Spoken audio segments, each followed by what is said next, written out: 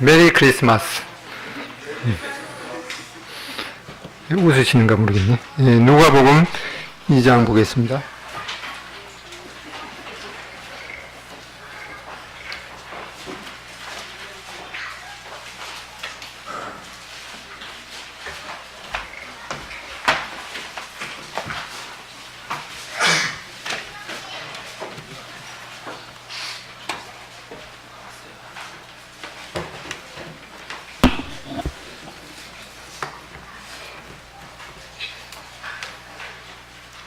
누가복음 2장 1절부터 14절까지 다 같은 목소리로 낭독하겠습니다. 시작.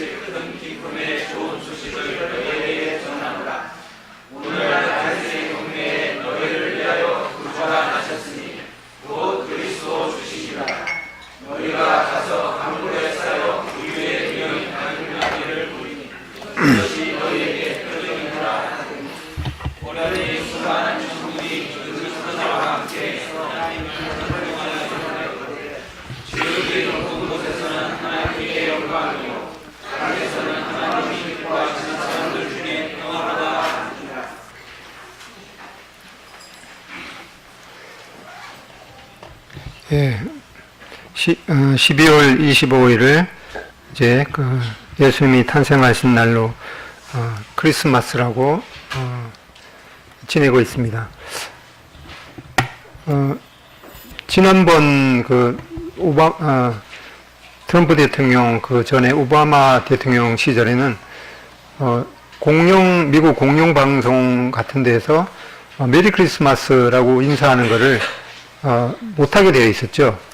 그 대신 이제 왜 그런가 하니까 12월 25일이 꼭 기독교인의 휴일인가, 그래서 믿지 않는 사람들이 미국에도 상당히 많기 때문에 그냥 메리 크리스마스라고 하지 말고 해피 할러데이, 즐거운 공휴일, 그 정도로 인사하라고 그렇게 했는데 트럼프 대통령이 되고 나서는 그냥 좀 할 수 있게 됐는데, 트럼프 대통령 하는 거를 제가 모두 다 인정하는 건 아니지만은, 그런 면에 있어서는, 예수님의 탄생을 기념하는, 그런 면에 있어서는 좀, 좋은 면이라고 생각합니다. 지금도, 좀 미국 같은 데서, 메리 크리스마스 공용 방송에서 그렇게 하기는 하지만은, 그것도 말이 많은가 봐요. 믿지 않는 사람들이 왜 자꾸 자기들만 그런 얘기를 하느냐 이렇게 하고 있는데, 아무튼 이 12월 25일을 우리는 예수님이 탄생하신 성탄절로 기념을 하고 있습니다. 원래 이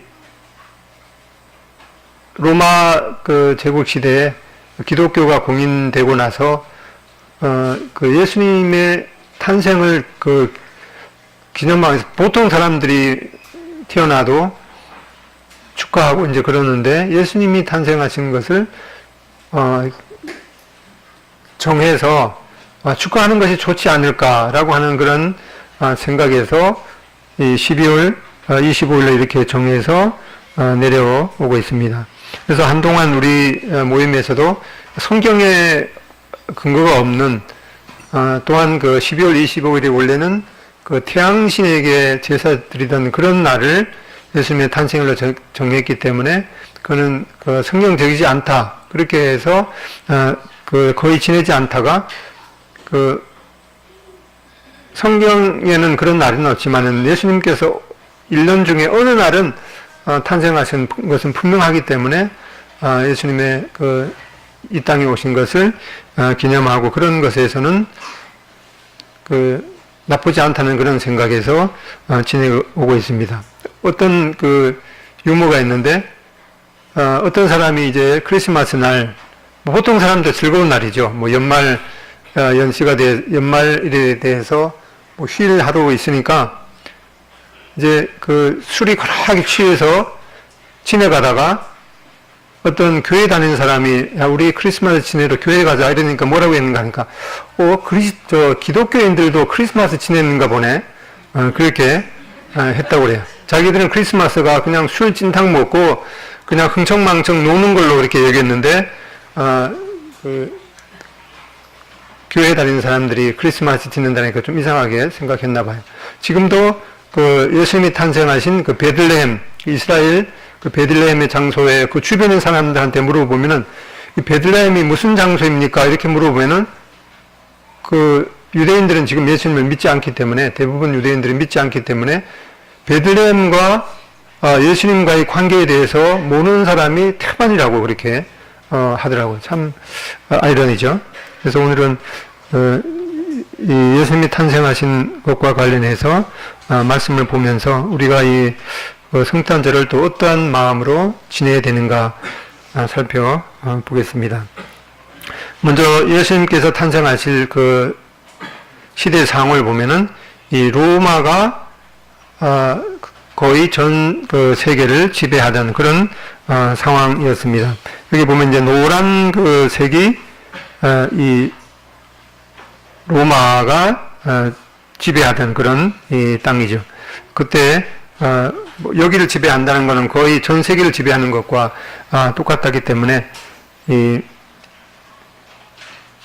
그 로마 제국 그 시대에 이스라엘은 로마의 식민지로 있었지만은 하도 땅이 넓기 때문에 이 로마 땅이 넓기 때문에 자기가 다 다스릴 수 없죠. 그래서 로마 황제가 그러면 각 민족마다 그 민족을 잘 아는 사람이 이제 2차적으로 다스리는 것이 자기가 통치하기도 좀 편하기 때문에 이 팔레스타인, 이 이스라엘 땅은 이제 나름대로 그 왕을 이렇게 그 로마 황제가 지정을 해서 다스리도록 그렇게 했습니다. 그래서 유대인들은 이제 각 그 흩어져 있는 지역마다 이렇게 그 회당을 지었습니다. 원래 이게 회당이 그 지금은 다 무너졌기 때문에 그 당시의 회당의 모습이 어떠한 모습이었을까 그걸 이렇게 그 부서진 뭐 건물 잔해 이런 거를 그 보면서 이렇게 그린 이 그림입니다. 여기가 이제 가버나움에 있는 그 회당 그 모습을 그림으로 그렸습니다. 그 회당을 그 히브리 말로 헬라어로 시나고게라고 하는데 이러한 그 회당에서 이스라엘 백성들은 구약 성경을 가르치면서 이 하나님에 대해서 하나님의 옷이 하나님께서 이 그리스도를 보내주실 것이라는 그러한 기대감으로 차 있었습니다. 여기가 이제 지금 남아있는 그 가버나움 그 회당의 그 잔해입니다. 이제 여기 보통 요 지역에 이렇게 서서 강당 같은 데 이렇게 서서 하나님의 말씀을 가르치고 그랬던 상황을 보게 됩니다.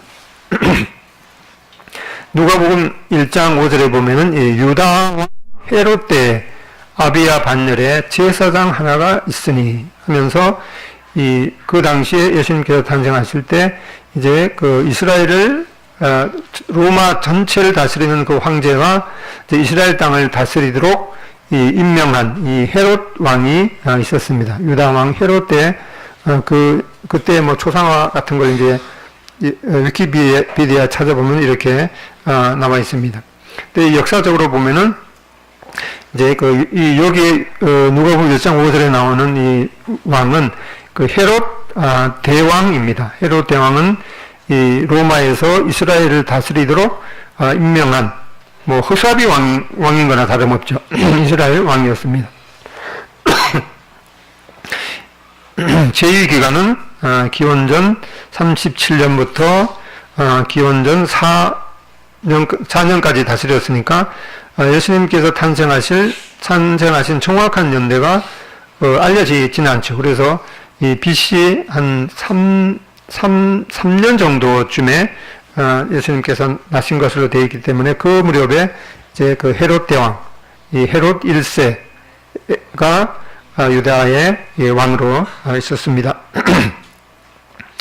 그 다음에 이제 누가복음 2장 1절에 보면은 이때에 가이사 아구스토가 영을 내려 천하에 다 호적하라 하였으니, 그러니까 그때 로마 황제가 이제 가이사 아구스토라는 이 황제였는데 이 영을 내렸습니다. 이제 천하에 다 호적을 하라. 그러니까 자기가 다스리고 있던 이스라엘이나 뭐 다른 민족 이런 그 사람들한테 다 영을 내려서 자기 고향으로 가서 이제 호적을 다시 호적 신고를 하라. 이렇게 영을 내렸습니다. 왜 호적 신고를 하라고 했는가 하니까 뭐 이제 여러 가지 이유가 있겠죠. 뭐 인구가 어느 정도 되는지, 아니면 이제 인구가 몇 명이니까 각 한 사람당 세금을 내야 되는 그런 것들을 뭐 하기 위해서 이렇게 아무튼 영을 내렸습니다. 여기 보면은 이제 이 성경에 나오는 그 용어가 일반 우리가 역사에 나오는 그 용어하고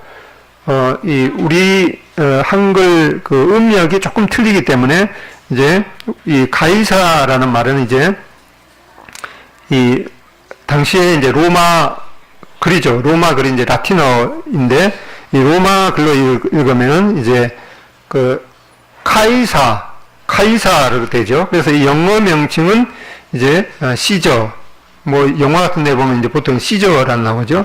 그래서 이 가이사는 라틴어로 카이사르인데 영어로는 보통 우리가 시저라고 하는 그런 이 왕의 황제의 칭호죠. 그러니까 뭐 왕이라는 그런 뜻이죠.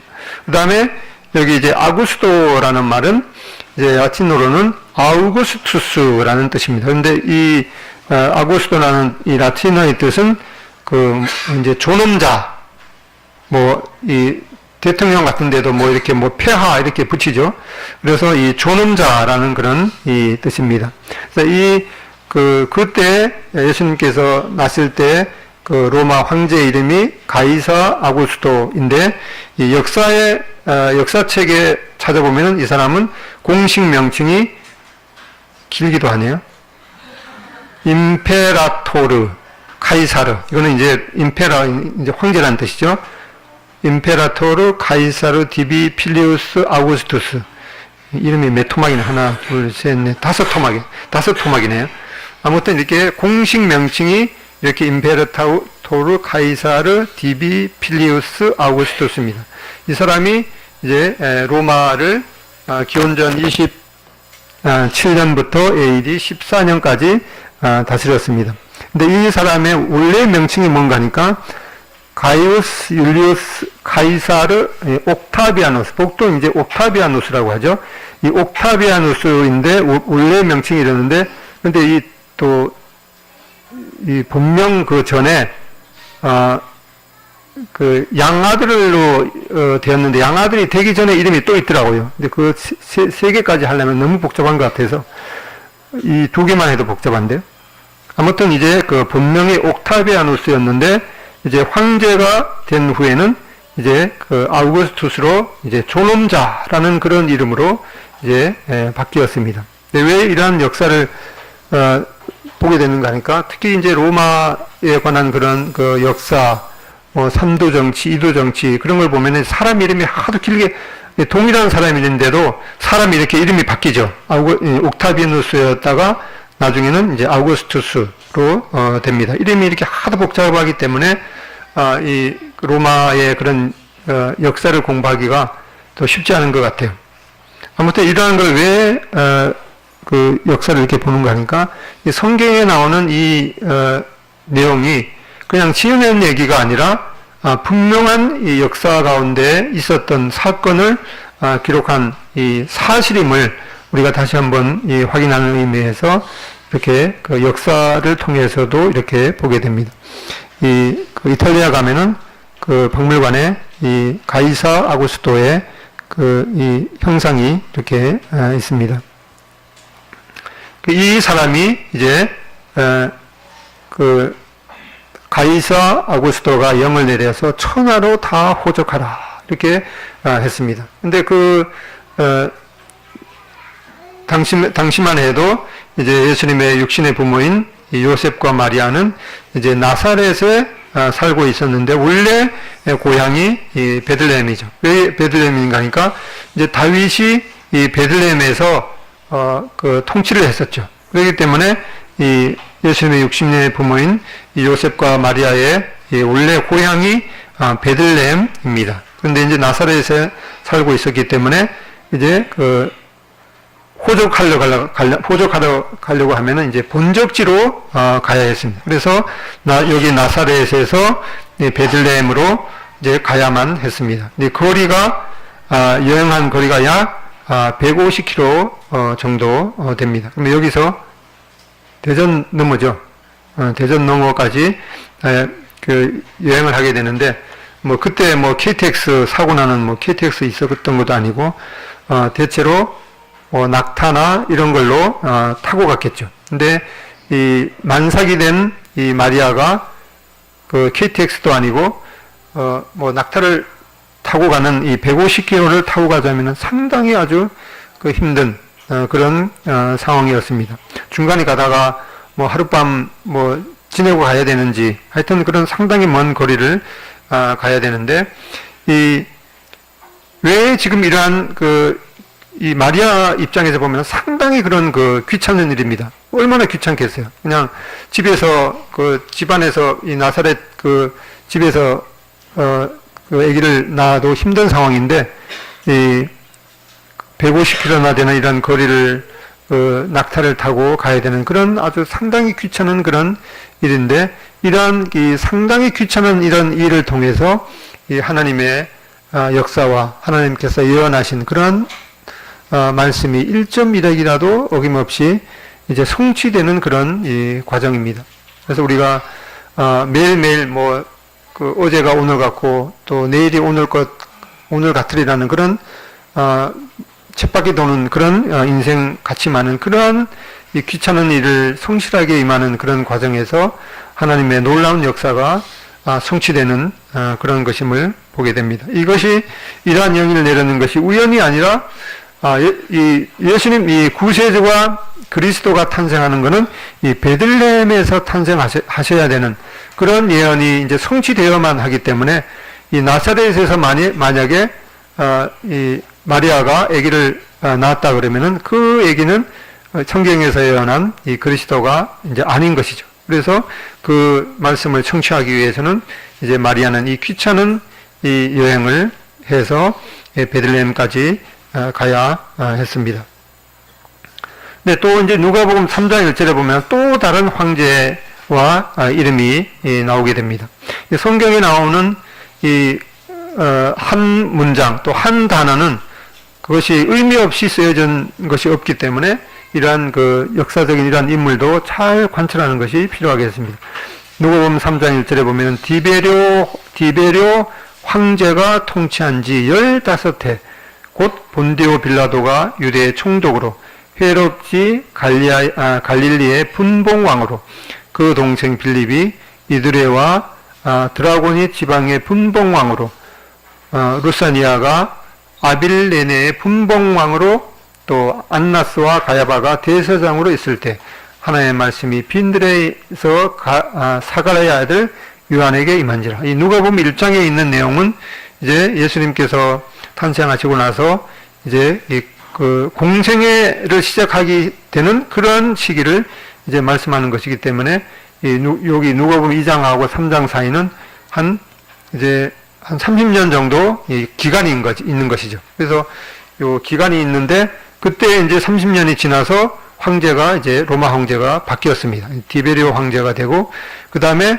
이제 유대 땅은 이제 여러 분봉왕이 나누어서 다스리게 됩니다. 본디오 빌라도가 유대의 총독으로 이거는 이제 이 황제가 임명한 그 유대 지역의 이제 통치자죠. 이것은 이제 로마 사람이죠. 이 로마 사람이 통치하고 이 후사비 이스라엘의 왕, 이제 왕들이 있는 거죠. 헤롯 왕, 그 다음에 이 헤롯 왕은 이제 갈릴리의 분봉 왕이고, 또 동생 빌립이 이드레와 여기 지역의 분봉 왕으로 이렇게 있었습니다. 이 디베르 황제에도 보면은 제 기간이 AD 14년에서 AD 17년까지 22년간을 이렇게 통치를 했습니다. 이제 예수님께서 이렇게 오실 상황이 됐습니다. 언어는 이제 이 신약 성경이 기록되는 그 공용어가 헬라어였죠. 그래서 이 복음과 또 신약 성경이 전파될 수 있는 이 공통 언어인 헬라어를 당시에 다 공용어로 쓰게 되었습니다. 그 다음에 이 도로왕이 이제 이 로마 그 막강한 권력을 이제 했던 이 로마에 의해서 이 복음 전파를 위해서 이제 사도 바울, 특히 사도 바울이 열심히 뛰어다닐 수 있는 이 편리한 교통망이 만들어졌습니다. 이것은 이제 이 빨간 줄이 이 예수님 당시에 이 로마, 여기가 이제 로마 땅이었죠. 근데 이 그 교통망을 보면은 뭐 지금 그 2000년이 후에 지금 교통망하고 거의 비할 수 있는 그런 아주 편리한 교통망이 이렇게 건설이 되었습니다. 예, 지금도 이 이탈리아나 이런 데 가보면 이렇게 그 도로가 지금도 이렇게 남아있죠.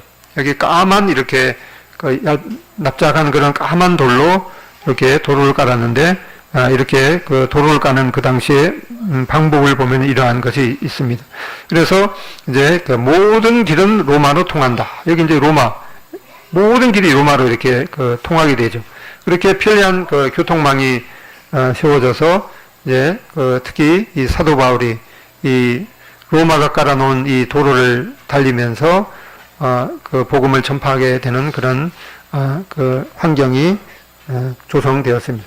그리고 이제 사람들 마음 가운데는 아주 소망이 없는 그런 상황 가운데서 이제 구약에 약속한 그리스도만이 우리의 소망이다라는 그런 그 그리스도를 기다리는 이런 간절한 소망이 그들 마음 가운데 있었던 것을 보게 됩니다.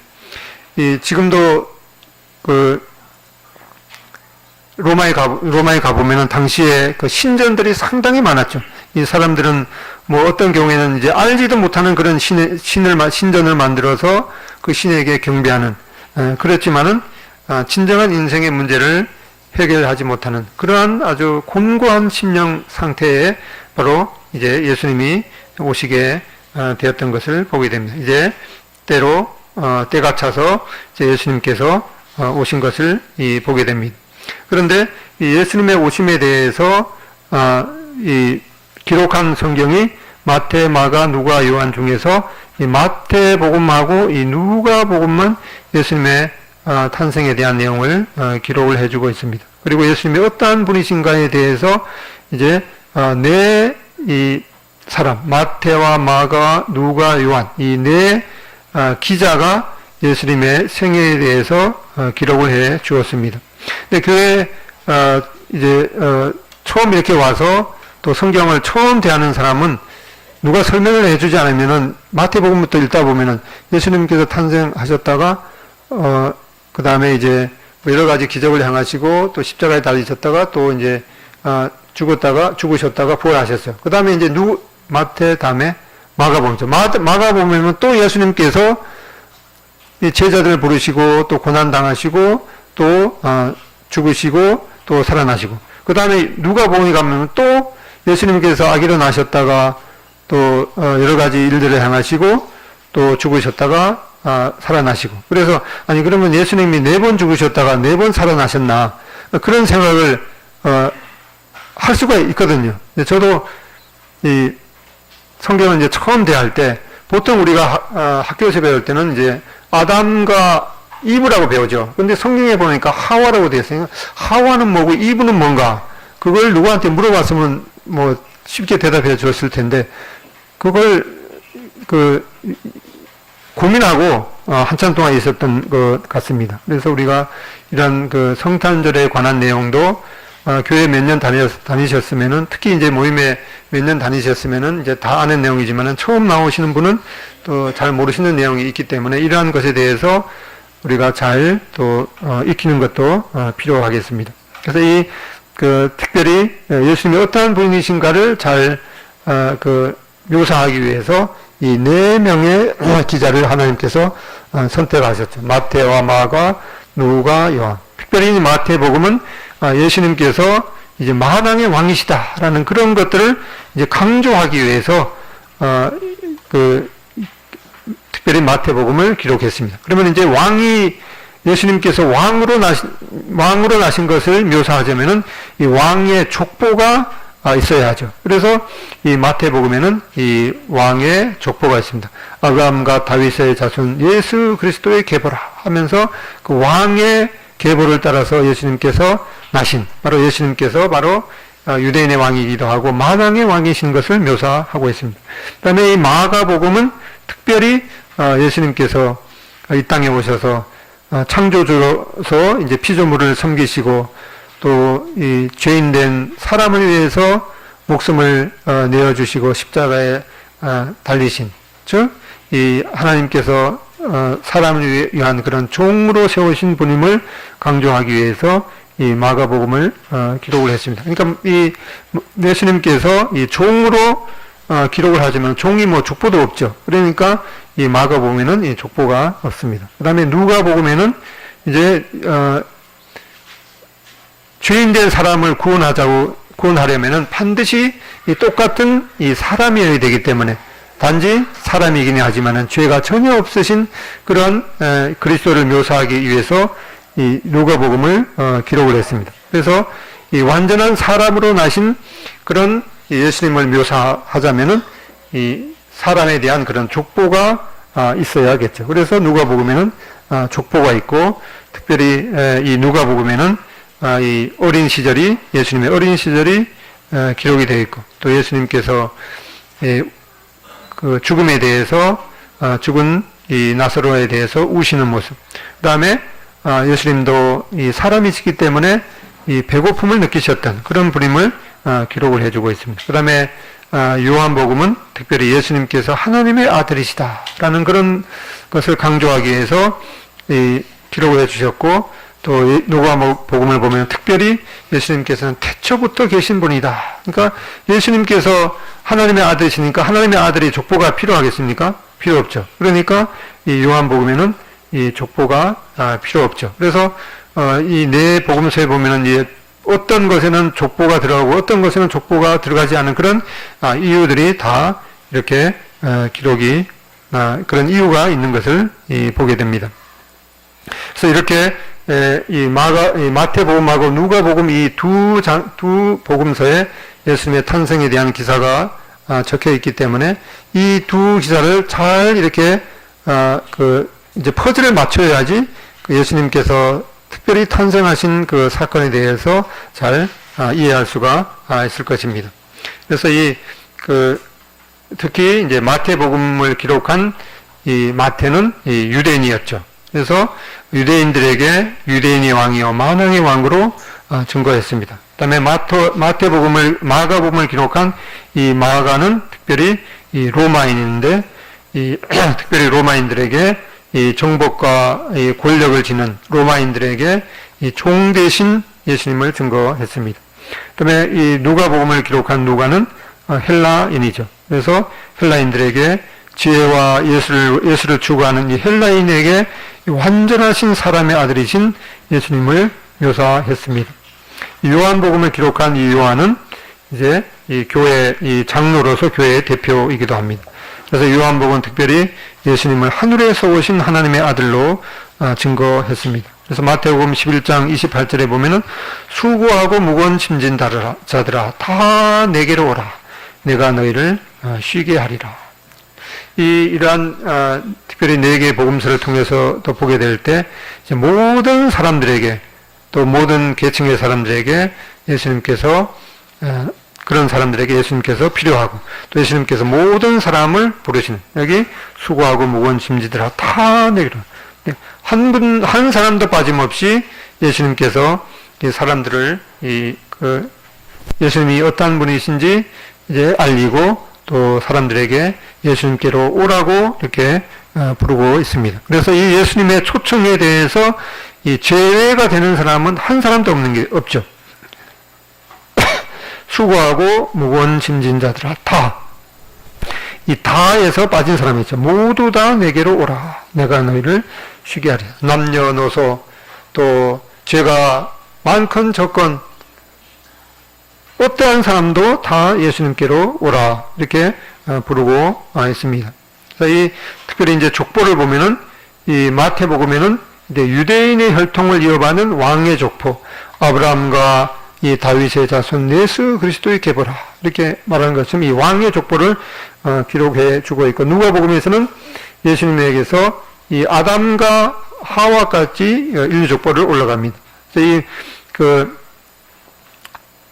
마태복음에 보면은 이제 요셉의 이 계보인 반면에 누가복음에는 이 마리아의 계보를 기록해 주고 있습니다. 마태복음에는 이 법적 왕으로서의 예수님에 대한 이 족보를 기록해 주고 있고, 누가복음에서는 이 자연적 이 왕으로서, 사람으로서 예수님에 대한 이 족보를 기록해 주고 있습니다.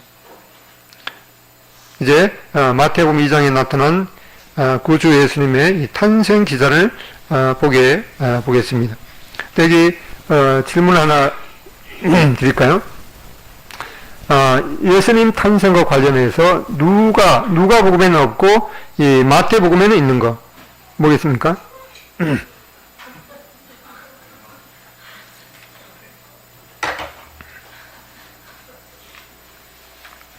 간단하죠. 뒤에 앞에 거만, 뒤에 거는 누가복음에 나오는 거고 앞에 거는 마태복음에 나오는 거죠. 근데 우리가 그림 같은 데 보면은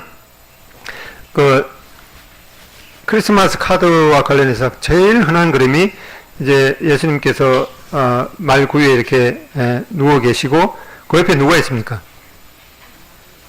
동방박사들이 있죠.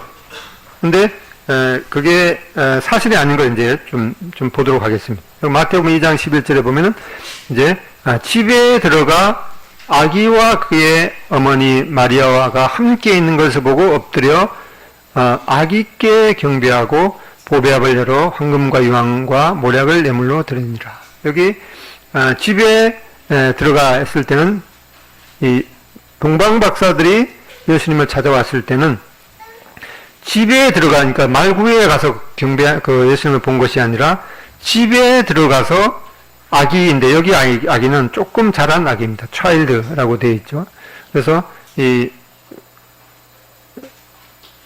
예수님께서 탄생하실 때는 이제 그 옆에 있던 이 목자들이 말구유에 간 것이고, 이 동방박사들은 이제 한참 지나서 갔기 때문에 그때는 이제 예수님께서 말구유에 계신 것이 아니라 이제 집에 들어가서 계셨던 것을 보게 됩니다. 그래 우리가 이 구절에서 한 가지 우리가 명심 살펴봐야 될 것은, 이제 동방박사들이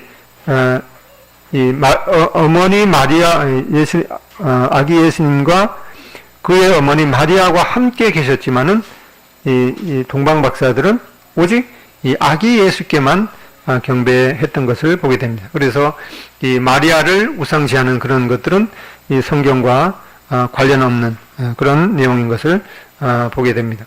그리고 또 한 가지 물어보면 답이 나왔네요. 동방박사 몇 사람 뭐가 됐네요. 몇 사람이 왔겠습니까? 동방박사 몇 사람이? 보통 이제 세 사람 이렇게 나옵니다. 왜 그런가 하니까 황금과 유황 모략 하나하나씩 가져왔을 거다. 이렇게 하는데 몇 명이 왔는가는 성경에 없고 그냥 이 박사들입니다. 박사들이라는 거는 두 사람 이상이죠. 이제 두 사람 이상이 되는지 세 사람이 되는지 이제 잘 모르겠죠. 근데 이 무엇을 타고 왔는가? 이것도 뭐 낙타를 타고 왔는지 뭐 KTX를 타고 왔는지 이런 거는 이제 기록이 없는 것이죠. 그래서 그리고 또 한 가지는 동방 박사들이 계속해서 별을 따라서 왔는가. 우리 보통 영화에 보면은 그 동방 박사들이 계속 이렇게 따라가다가 딱 발견해 나오는데, 처음에 예수님께서 탄생하신 것을 동방 박사들이 딱 확인하고, 그때서야 이제 예수님 그 유대인의 왕으로 그리스도가 나셨다라는 그런 이제 말씀을 이제 그 확인하고 여행을 이제 떠나기 시작한 거죠. 그래서 이 이 바벨론에서 이 유대 땅까지 오려면은 뭐 한 거의 1000km 정도 이렇게 와야 되기 때문에 뭐 비행기를 타고 와도 몇 시간이 걸리는데, 그 당시에는 아마 그 몇 개월이 걸렸던 그런 상황인 것을 보게 됩니다. 마태복음 2장 2절에 보면은 유대인의 왕으로 나신 이가 어디 계시냐, 우리가 동방에서 그의 별을 보고 그에게 경배하러 왔노라 하니. 그러니까 이 동방에서 별이 났을 때는 그걸 보고 이제 이 강 건너 그 산 넘고 강 건너서 이제 몇 달이 걸쳐서 이렇게 왔습니다. 그러니까 이제 예루살렘에 와서 이제 그 동방 박사들이 유대인의 왕으로 나신 이가 어디 계십니까? 이렇게 물었습니다. 그런데 이 세 사람이 이렇게 물었는 상황에 대해서 그 동네가 발칵 뒤집힌 상황이 아니고 아주 이 두 사람 이상, 세 사람, 뭐 많은 동방 박사들이 온 상황인 것도 우리가 생각할 수가 있습니다. 그래서 이 요약을 해보면은 예수님이 탄생하는 그 순간에 이 동방 박사들이 별을 보았습니다. 이 민수기 24장 17절에 있죠. 그 다음에 이 페르시아에서 예루살렘까지 걸리는 이 거리가 한 1000km 정도 되기 때문에 최소한 6개월, 많게는 2년까지 이렇게 걸리게 되었습니다. 그래서 동방 박사들이 베들레헴에 도착했을 때는 예수님은 구유에 계신 것이 아니라 아까 봤던 것처럼 집에 들어가서 경배했다라는 것을 보게 됩니다. 이 마태복음 2장 7절, 이에 헤롯이 가만히 박사들을 불러 별이 나타난 때를 자세히 묻고, 이제 헤롯도 이제 그 유대인의 왕으로 누가 나셨다고 그러니까 이 자기의 권좌를 위협할 다른 사람이 나타났구나 하고 이제 위협을 느껴서 이 헤롯도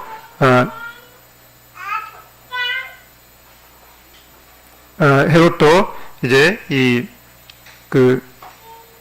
자세히 물어가지고 그때를 표준으로 해서 2살 아래 어린아이들은 다 죽이도록 이렇게 명령을 했죠. 이런 걸 보면은 이 헤롯이 이 상황을 나타나는 때를 자세히 물으니까 별이 나타나는 때가 언제였지? 그러면은 한 2년은 정도 되었을 거야 하면서 그 2살 아래의 어린아이를 다 죽이도록 했던 것을 보게 됩니다. 그 다음에 누가복음 2장에 나타난 기사를 보면 아까 봤던 것처럼 이 누가복음은 이 사람의 아들이신 예수님에 대해서 설명을 하기 때문에 이 사람의 혈통, 즉 이 마리아의 혈통을 말씀하고 그 위에는 이제 아담까지 이렇게 올라가는 것을 보게 됩니다. 누가복음 2장 5절로 7절에 보면은 누가복음에는 바로 이제 구유에 누이신 예수님을 보게 되고 또 목자들이 있습니다. 예수님은 바로 유대 베들레헴 마을 구유에서 탄생했습니다. 들밖에 있는 목자들에게 어떠한 일이 일어났는지에 대해서 말씀하고 있습니다. 누가복음 2장 16절에 보면은 이제 목자들이 빨리 가서 마리아와 요셉과 구유에 누인 아기를 찾아서, 아까 마태복음의 그 아기는 조금 자란 차일드인데 여기 누가복음 위에는 아주 어린 며칠 바로 난 거죠. 그 갓난 아기죠. 갓난 아기 이 베이비를 찾았다라고 하는 것을 보게 됩니다. 이제 전체 퍼즐을 맞추어 보면은 어느 날 페르시아의 하늘에 밝은 별 하나가 나타났습니다. 이걸 이제 동방 박사들이 보고 메시아께서 베들레헴에 탄생하셨구나라고 하면서 이제 동방 박사들이 이제 그 별을 보고 먼 여행을 떠나게 됩니다. 거리가 한 1000km 정도 되는 것이죠. 그때 바로 이 시기에 베들레헴 지경 들밖에 있던 목자들은 그들을 둘러 비치는 영광의 빛을 보고 이제 천사의 음성을 듣습니다. 오늘날 다윗의 동네에 구주께서 탄생하셨다라는 이제 음성을 듣고 이제 목자들은 곧바로 구유에 누이신 아기 예수님을 찾아가게 됩니다. 그 후에 이제 많은 시간이 흘러서 뭐 2달, 3달, 아니 뭐 많게는 2년 정도 이제 걸려서 동방에서 출발했던 박사들이 예루살렘에 도착을 하게 됩니다. 어느 장소인지 몰라서 이 사람 저 사람한테 물어봤습니다. 그러니까 이제 소동이 이제 벌어졌습니다. 그때야 이제 선지자들이 구약 성경을 찾아서 민수기 24장 17절에 보면은 바로 이 그리스도께서 유대 베들레헴에서 나신다는 그 말씀을 찾아서 이제 예루살렘에서 다시 베들레헴으로 이제 가게 되죠. 그때 바로 이 동방 박사들이 처음 보았던 별이 다시 나타나서 이제 기뻐하게 됩니다. 그 별은 이제 어느 정도 자란 이 차일드, 어린 이 아기 예수님께로 인도했습니다. 동방 박사들은 이제 마국간이 아닌 이제 방에 들어가서 예수님께 황금과 유황과 모약을 드리게 됩니다. 이 자리에는 목자들이 없었던 것이 당연한 것을 보게 됩니다. 이 성탄을 맞는 우리의 이 자세에 대해서 이사야서 9장 6절 보겠습니다. 이사야서 9장 6절.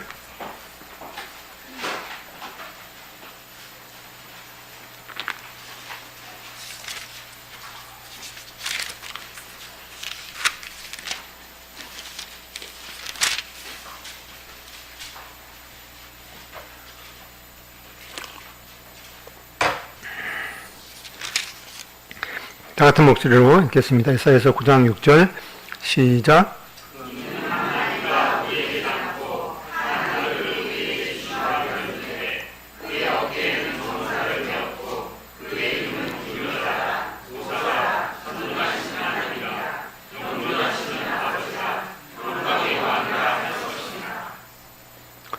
예, 여기 보면은 이 한 아기가 우리에게 낳고 한 아들을 우리에게 주신 바 되었는데 그 어깨는 정사를 메었고 그 이름은 기묘자라 모사라 전능하신 하나님이라 영존하시는 아버지라 평강의 왕이라 할 것임이니라.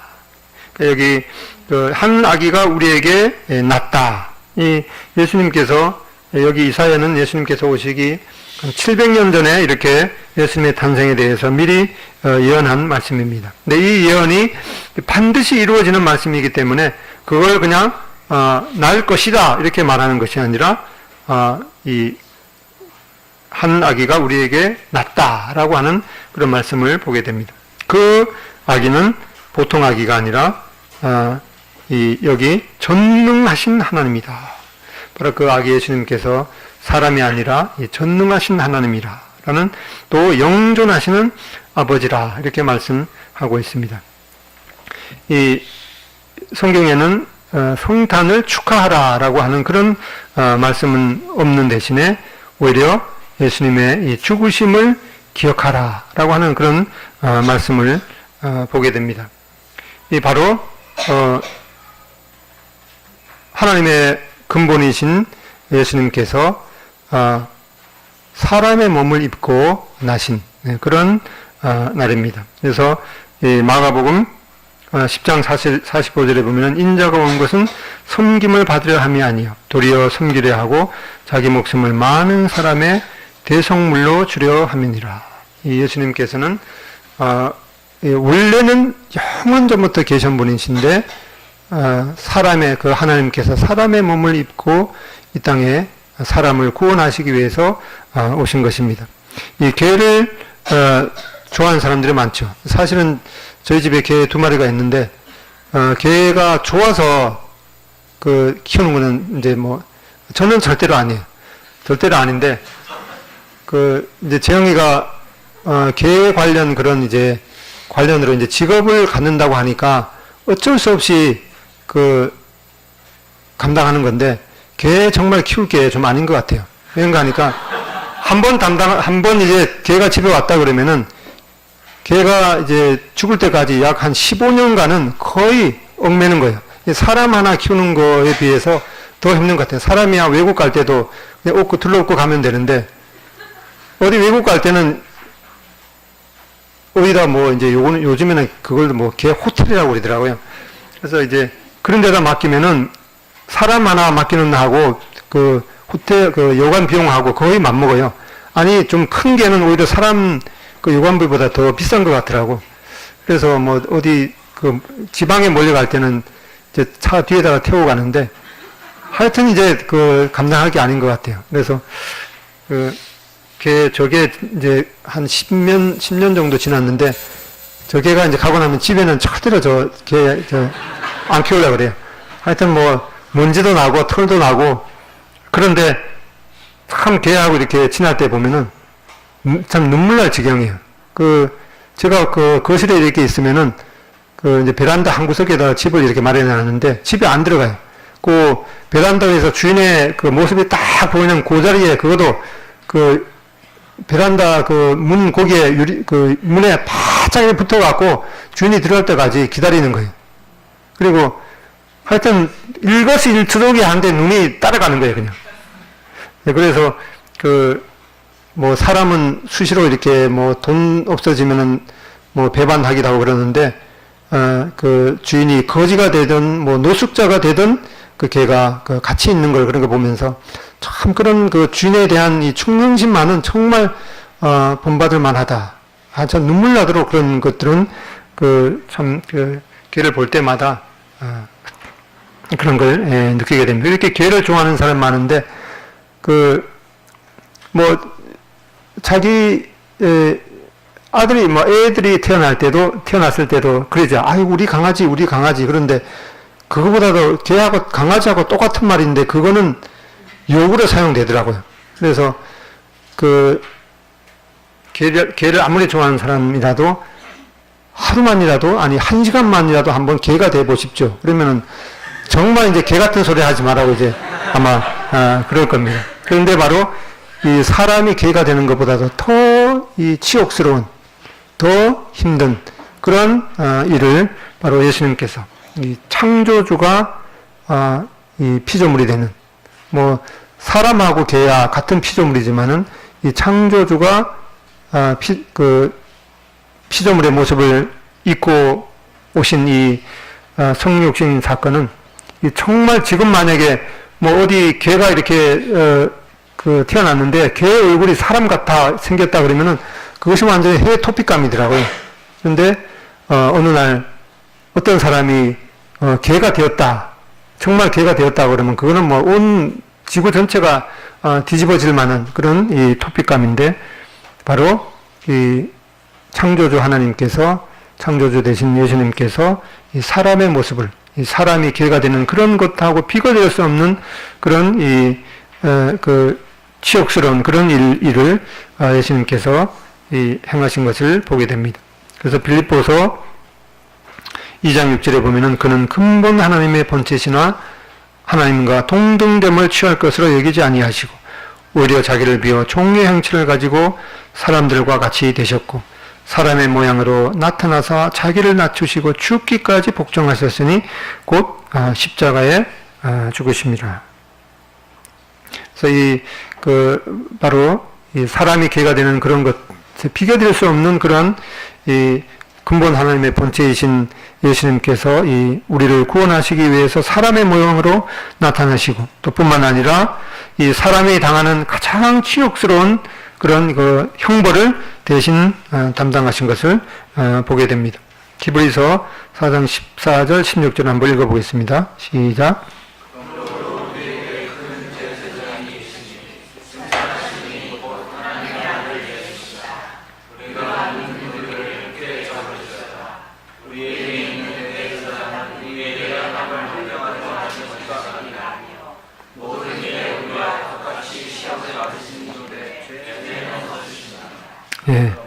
예.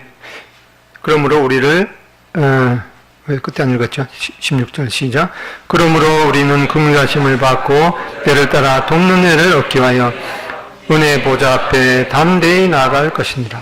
바로 예수님께서 창조주 되신 예수님께서 사람이 되신 것은 사람의 모든 연약과 고통과 또 질병과 배고픔 또 슬픔 이런 것들을 다 체험을 하셨기 때문에 우리가 이러한 예수님 앞에 은혜를 얻기 위해서 이 은혜의 보좌 앞에 담대히 나갈 수 있는 것을 말씀하고 있습니다. 그래서 보통 이 성탄 이렇게 하면은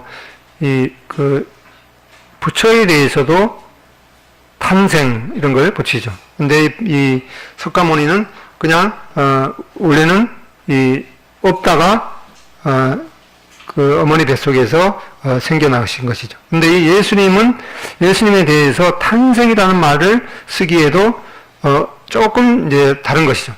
예수님께서는 원래부터 계셨고 원래부터 하나님으로 계신 분인데 이 다른 모습으로 나타난 것이지 없던 것에서 생겨난 것이 아닌 것을 보게 됩니다. 그래서 이 성탄이라는 말 대신에 성육신, 바로 이 예수님께서 육신의 몸을 입고 이룰 성자죠. 육신의 모습을 이룬 그런 면들을 생각해 보게 됩니다. 미가서 5장 2절에 보면 베들레헴 에브라다야 너는 유다 족속 중에 작을지라도 이스라엘을 다스리는 자가 너에게서 내게로 나올 것이라. 그의 근본은 상고에 영원에 있느니라. 예수님께서는 이 석가모니 이런 그 사람처럼 없던 분이 이렇게 생겨난 것이 아니라 원래는 영원부터 있었던 분인데 단지 사람의 모양으로 이렇게 아기의 모습으로 이렇게 변화되어서 성육신 하신 것이지 그냥 없던 것에서 탄생하신 것임을 아닌 것임을 보게 됩니다. 오늘 다윗의 동네에 너희를 위하여 구주가 나셨으니 곧 그리스도 주시니라. 이 예수님은 바로 이 구주시고 바로 우리의 주님이신 것을 말씀하고 있습니다. 이 구주는 예수님의 이름이 바로 구원하신 분, 우리를 구원할 자 이런 분이죠. 그래서 이 예수님은 바로 사람의 모습으로 나타나시고 그리고 우리의 죄를 위해서 죽으셨습니다. 그리고 이 예수님의 그 다른 역할은 이제 주라는 것이죠. 주님. 이 예수님의 이름에 다른 이름이 바로 임마누엘이라는 이름이 있는데 이 임마누엘은 하나님이 함께 하시다라는 그런 뜻이죠. 그래서 예수님은 바로 이 하나님이시고 그리고 이 하나님의 능력으로 죽은 자 가운데서 이제 부활하셨습니다. 그래서 우리가 예수님을 믿는다는 것은 바로 예수님을 우리의 구주요 주님이시라고 말씀하기 때문에 우리를 예수님을 믿는다고 하는 것은 예수님을 구주와 주님으로 마음에 모시는 것입니다. 구주와 주님으로 믿는다는 것은 바로 예수님의 이름, 예수님과 임마누엘, 예수님께서 우리를 위해서 우리 죄를 위해서 죽으시고 또 그 예수님께서 바로 하나님이시기 때문에 하나님의 능력으로 이 부활하신 분으로 우리가 믿게 됩니다. 그래서 요한복음 1장 12절에 보면은 영접하는 자, 곧 그 이름을 믿는 자들에게는 그 이름을 믿는다는 것은 예수님께서 나의 죄를 위해서 죽으신 분이시구나. 또 그 이름을 믿는다는 것은 예수님의 이름이 임마누엘이기 때문에 하나님의 능력으로 다시 부활하신 분이시구나. 그거를 이제 믿는 것이죠. 그 믿음을 믿는 자들에게는 이제 하나님의 자녀가 되는 권세를 주셨다라고 말씀하고 있습니다. 특별히 예수님께서 이 탄생이라고보다는 이 성육신 하신 그런 사실을 기억하면서 예수님의 오심에 대해서 묵상하는 기간이 되었으면 합니다. 기도하고 마치겠습니다.